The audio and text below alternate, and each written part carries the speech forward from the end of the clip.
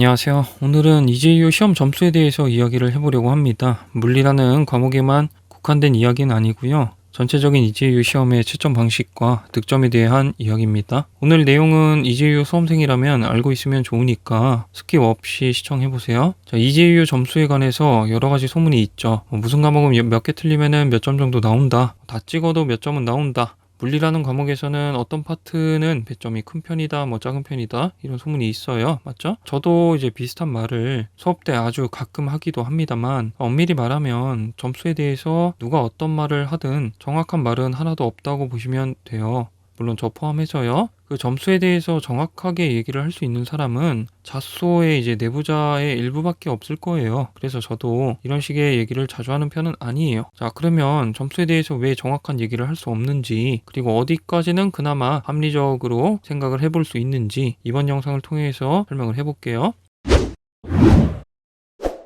자, 점수와 관련해서 이야기를 하려면 가장 먼저 알아야 되는 것이 이제이유 시험의 채점 방식이에요. 자, 이제이유 시험 채점 방식 기본적으로 상대평가예요. 이거는 이제 어느 정도 준비를 한 학생이면 다들 아실 거라고 봐요. 자소 공식 홈페이지에 있는 내용을 보면서 확인을 같이 해볼게요.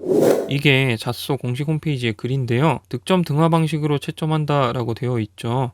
자, 이 득점 등화라는 게 뭐냐? 간단하게 요약을 하면은 상대평가라는 겁니다. 자세한 거는 후반에 계속 이야기를 해보고요. 일단은 상대평가라고 생각을 하고 이야기를 들어보세요. 자, 그러면 이제이유는 왜 이 득점 등화 방식이라는 방식으로 수험자에게 점수를 부여하냐? 가장 큰 이유는 유학생 입시의 특징 때문인데요. 보통 대학 지원을 할 때 대학에서 인정해주는 이제이유 회차가 여러 개예요. 전형에 따라서 예를 들면 어떤 학교의 도일전 전형 같은 경우에는 당해 연도 6월 성적만 인정하기도 합니다. 근데 보통 대부분은 적게는 최근 2개 회차에서 많게는 최근 4개 회차의 이제이유 성적을 인정해주기도 합니다. 그러면 지원자는 인정되는 성적 중에서 자기가 가지고 있는 성적이 있을 거고, 그 자기가 가지고 있는 성적 중에서 가장 유리할 것 같은 성적표를 하나 골라서 제출하는 방식이에요.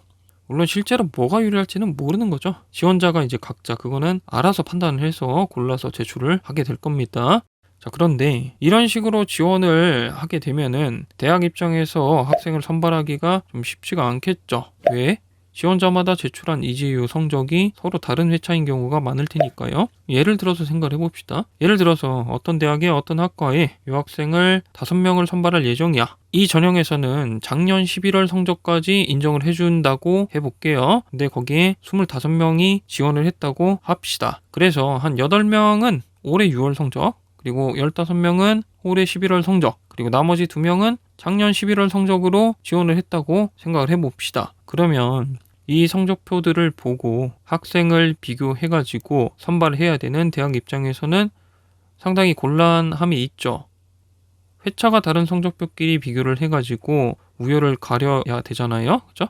그래서 회차가 다른 성적끼리 비교를 하려면은 회차가 다르더라도 비슷한 실력이면은 특별히 망친 게 아닌 이상 매번 비슷한 점수가 나오게끔 시험이 운영되고 있어야 비교가 가능하겠죠. 쉬운 난이도 시험이랑 어려운 난이도 시험 2개가 있었다고 생각을 해보자.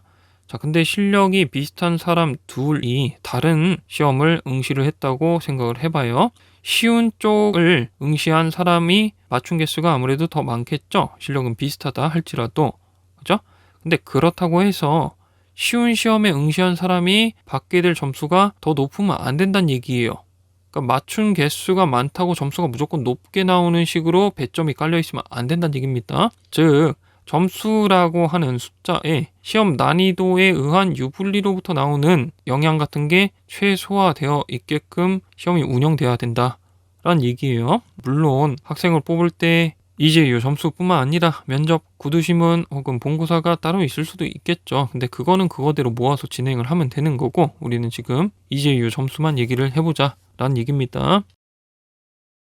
자, 여기까지 생각을 해보면 시험을 운영하는 입장에서 취할 수 있는 방법이 크게 2가지 정도가 있어요.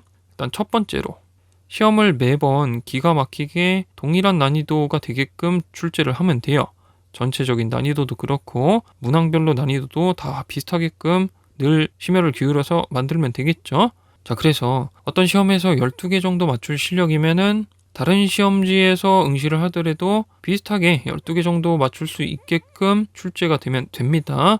그리고 그렇게 만들 수 있으면 12개라고 하는 그 득점률이라는 거를 점수로 만들어서 성적표를 비교하면 끝이 나요. 그죠? 혹은 사전적으로 배점을 깔아놓고 원점수끼리 다른 시험이라 할지라도 원점수끼리 비교를 해서 선발하면 끝이 나는 거예요. 그죠? 시험지가 다르더라도 난이도를 늘 기가 막히게 비슷하게 낼 수 있으면 이게 가능한 거잖아. 그죠? 그리고 이게 가능하면 상대평가를 할 필요가 없어요. 자, 근데 난이도를 매번 똑같이 유지한다는 게 가능하겠습니까? 응, 불가능. 불가능. 불가능하겠죠. 왜? 기본적으로 문제가 매번 달라져야 되니까. 그죠?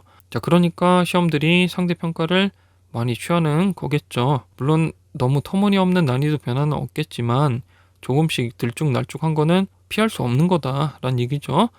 실제로 EJU 물리를 기준으로 생각을 할 때 난이도가 회차마다 꽤나 들쭉날쭉한 편입니다. 그래서 꽤 쉬웠던 회차랑 꽤 어려웠던 회차 두 개를 비교를 해보면은 상당히 좀 차이가 나요. 자, 그래서 이 첫 번째 방법은 불가능해.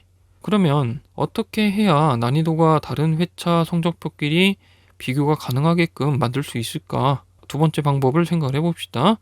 자, 난이도가 들쭉날쭉해도 비슷한 실력이면은 늘 비슷한 점수가 나오게끔 성적을 통계적으로 조작을 해주면 됩니다. 조작이라는 단어가 좀 어감이 안 좋을 수도 있는데 특별히 뭐 나쁜 어감으로 얘기를 하는 건 아니에요. 처리해준다 뭐 이 정도로 생각을 해보자고. 자, 난이도가 쉽든 어렵든 각각의 시험에서 상위 몇 프로 정도에 들은 학생이면 항상 몇 점 정도 내외의 점수가 부여되게끔 통계적으로 조작을 혹은 선처리를 해서 점수를 부여해주면 된다는 얘기예요. 자, 그리고 각 문항의 정답률을 분석을 해서 각 시험의 난이도가 어느 정도 되는 시험인지 혹은 이 수험자가 어느 정도 실력이 되는 수험자인지 나름의 척도를 가지고 계산을 하고 있을 거란 얘기입니다.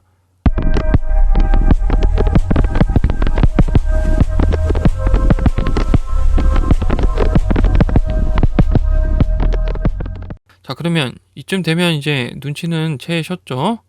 실제로 EJU 점수의 책정 방식은 이 두 번째 방식에 가깝다고 보시면 돼요. 이해되셨죠? 자, 이제 득점 등화에 대해서 좀 더 구체적인 예를 통해서 설명을 해볼게요. 이 예시는 자소 공식 홈페이지에 있는 예시를 조금 정리를 해서 편집을 한 겁니다. A랑 B라는 두 명의 학생이 있다고 생각을 해볼게요. 근데 이 학생들이 컨디션 기복은 따로 없다고 하고 4개의 시험을 응시를 했다고 해봅시다. 그리고 시험을 보는 동안 실력 변화는 쭉 없었다고 생각을 할게요. 근데 시험 난이도가 전부 다 달랐다고 합시다. 보통 이제 난이도가 조금씩 다르다고요. 그래서 시험 결과 시험별로 A는 득점률이 이렇게 나오고 B는 득점률이 이렇게 나왔다고 생각을 해볼게요. 자, 그러면 이 득점률 혹은 시험에 이제 사전적으로 배점이 부여되어 있는 경우 원점수라고 얘기를 해도 되겠죠. 그죠? 그냥 점수라고 얘기를 할게. 점수끼리 비교를 해봤을 때 A랑 B가 4번 시험을 보는 동안 항상 A가 점수가 높았잖아요. 그죠? 그러면 A가 B보다 실력이 더 좋다라고 판단을 할 수 있겠죠? 그리고 각 학생마다 다른 시험끼리 점수를 비교를 해보면 예를 들어서 A를 보시면 A가 실력은 계속 똑같았어. 근데 난이도가 다른 바람에 점수가 이렇게 들쭉날쭉했다는 거잖아요. 그죠? 자, 두 번째 시험이 가장 점수가 낮게 나왔고 세 번째 시험이 가장 점수가 높게 나왔네. 그러면 해석은 어떻게 하시면 돼? 두 번째 시험이 가장 어려웠고 세 번째 시험이 가장 쉬웠다라고 생각을 하면 되겠죠. 그죠? 이거는 B 입장에서도 비슷한 결론이 나오네요. B도 보시면은 두 번째 시험이 점수가 가장 낮고 세 번째 시험이 점수가 가장 높잖아요. 그죠? 그래서 두 번째 시험이 난이도가 좀 어려웠고 세 번째 시험이 난이도가 좀 쉬웠구나 이렇게 해석을 할 수 있겠어요. 그죠? 근데 시험이라는 게 너무 쉬워도 문제고 너무 어려워도 문제죠. 그죠? 항상 난이도가 적당해야 변별력이 가장 좋게 나오잖아요. 그래서 두 번째 시험, 세 번째 시험은 약간 좀 문제가 있었다라고 볼 수도 있습니다.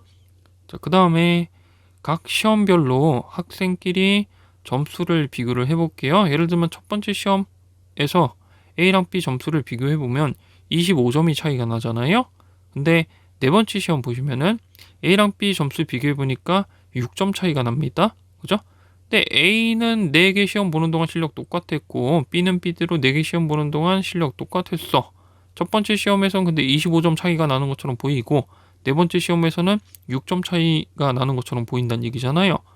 첫 번째 시험에서 25점 차이에 해당하는 실력 차이가 네 번째 시험에서는 6점 차이에 해당하는 실력 차이라고 해석이 가능하겠죠. 그죠? 그러니까 시험 첫 번째 시험이 실력별로 좀 득점 편차가 좀 크고 네 번째 시험은 편차가 작게 나온다라고 보시면 됩니다. 그래서 네 번째 시험은 점수만 봤을 때는 변별력이 좀 작은 것처럼 해석을 할 수 있겠네요. 네 번째 시험은 또 네 번째 시험대로 문제가 있는 시험이죠. 그죠? 자, 그래서 이 예시를 통해서도 생각해 볼 수 있지만 시험마다 여러 관점에서 좀 문제점이 조금씩 생길 수가 있습니다. 그죠? 근데 그거를 최대한 사후적으로 처리를 해가지고 보정을 해야 되겠잖아요. 그죠? 그래서 보정을 어떻게 하면 좋을까? 자, 일단 수험자 전체적으로 각 시험별로 정답률이 어떻게 나왔는지를 또 생각을 해볼게요. 자, 첫 번째 시험은 다 틀린 학생도 있고 다 맞춘 학생도 있고 해서 0에서 100%로 정답률 분포가 나왔다고 합시다. 자, 그 다음에 두 번째 시험은 너무 어렵게 나온 바람에 가장 잘 본 학생이 정답률이 60%밖에 안 되는 상황이었다고 합시다. 그 다음에 세 번째 시험은 너무 쉽게 나온 바람에 가장 못 본 학생도 30%는 맞췄고 다 맞춘 학생도 물론 있었다라고 생각을 해볼게요. 그 다음 네 번째 시험은 못 본 학생은 40%, 잘 본 학생도 70% 정도밖에 안 나와서 별로 위아래가 차이가 안 나는 시험이었다. 이렇게 가정을 해볼게요. 이런 상황에서 시험마다 이제 비교를 하려면은 어떻게 해야 될까 생각을 해봅시다. 자, A를 다시 볼게요. A가 보니까 첫 번째는 70, 두 번째 35, 세 번째 95, 네 번째 58인데 이 점수가 사실은 다 같은 실력을 나타내는 점수다라고 해야 되잖아. 그죠? 자, 그러면 이 점수들이 같은 위치에 오게끔 이렇게 그래프상에 점수를 배치를 쫙 해봅시다. B도 마찬가지로 B가 받은 점수가 같은 위치에 오게끔 이렇게 점수를 배치를 해볼게요. 그리고 각 시험마다 최저점이랑 최고점이 양 끝에 오게끔 이렇게 배치를 하고 시험마다 쫙 배치를 했다고 합시다. 이렇게 하면요. 이제 시험끼리 이제 비교가 가능해지죠. 그죠? 1번 시험에서 몇 점이랑 2번 시험에서 몇 점이랑 비슷한 실력이고 1번 시험에 몇 점이 2번 시험에 몇 점보다는 잘하는 실력이고 이런 비교가 가능해진다는 얘기입니다. 자, 그래서 하나의 척도상에 이 정도 실력에 해당합니다 라고 판별이 되면은 자, 이 정도 실력이니까 몇 점입니다 라고 실제로 점수가 부여되는 거라고 생각을 하시면 됩니다. 자, 물론 각 시험에서 이 정도 맞춘 학생은 이 정도 실력입니다 라고 하는 요 점수를 깔아놓는 위치를 결정하는 통계적인 기법은 다 복잡하지만 이제 자소 내부적으로 처리하는 통계 기법이 있겠죠. 그리고 그거는 이제 전혀 공개되어 있지 않다라는 얘기입니다. 득점 등하 방식으로 처리한다라는 사실 외에는 통계적인 기법이라든가 채점 결과 원데이터, 득점률 데이터 그런 게 전혀 공개되어 있지 않으니까 이 이상 정확한 얘기를 전혀 할 수 없다라는 이야기입니다. 다만 이제 그렇게 통계적인 기법은 들어가고 있을 거고 그 결과 그럴듯한 성적 분포가 만들어져서 여러분들한테 점수가 부여되고 여러분들은 그 점수가 찍힌 성적표를 받게 된다라는 얘기입니다. 자, 그러면 이제 이야기를 슬슬 마무리를 해볼게요. 자, EJU 시험은 점수가 어떻게 결정되냐, 내가 전체 수험자 중에서 어느 정도 실력에 해당하냐에 따라서 결정이 된다라고 보시면 돼요. 이런 얘기를 한번 해볼게요. 여러분들이 이제 실전에 가서 시험을 보는데 평소에 막 기출문제로 연습하던 문제들 난이도에 비해서 유독 좀 어렵게 시험이 나온 것 같아. 그래서 평소보다 좀 많이 틀린 것 같단 말이죠. 근데 다른 수험자들이 그 난이도 때문에 시험을 망친 거에 비해서 여러분이 상대적으로 덜 망쳤으면 오히려 평소 예상하는 점수보다는 높은 점수가 나올 수도 있다는 얘기입니다. 반면에 시험에 여러분들이 실전에 가보니까 뭔가 평소 기출문제 연습하는 거에 비해서 난이도가 좀 쉬운 것 같아. 근데 쉬운 거에 비해서 내가 그렇게 잘한 것 같진 않은 것 같아. 그러면 오히려 점수가 상대적으로 많이 낮아질 수도 있다는 얘기예요. 제가 실제로 여러 학생들이랑 이야기해보면서 느낀 거기도 한데 보통 난이도가 어려웠다고 느껴진 회차에서는 학생들이 이제 다들 어렵게 느끼니까 시험을 망친 것 같다 해서 좀 기대를 낮게 생각을 해요, 점수를. 근데 막상 점수가 나오면은 그 기대보다 높은 점수를 받게 되는 경우가 좀 많았던 것 같고요. 반대로 난이도가 좀 쉽게 느껴졌던 회차에서는 학생들도 다들 쉬웠을 거니까 본인이 이제 잘 봤다고 생각을 해서 나름 높은 점수를 기대를 하는데 이제 나중에 막상 점수가 나오고 나면은 생각보다 높지 않은 경우가 많고 오히려 낮은 경우도 자주 있었던 것 같습니다. 뭐 예를 들어서 작년 11월 화학인가가 난이도가 엄청 쉬웠다고들 하죠. 그죠? 근데 쉬웠기 때문에 다들 몇 개 안 틀렸다라고 얘기를 했었어요. 근데 실제로 점수를 까보니까 이제 예상하는 점수에 비해서 다들 낮은 점수가 나온 것 같더라고요. 자, 오늘 얘기는 여기까지 하고요. 오늘은 EJU 점수 전반적인 얘기를 해봤습니다. 다음 영상에서는 물리라는 과목만 단독으로 점수 분석 얘기를 좀 해볼게요. 다음 영상은 더 좋은 내용이 될 거니까 기대해 주세요.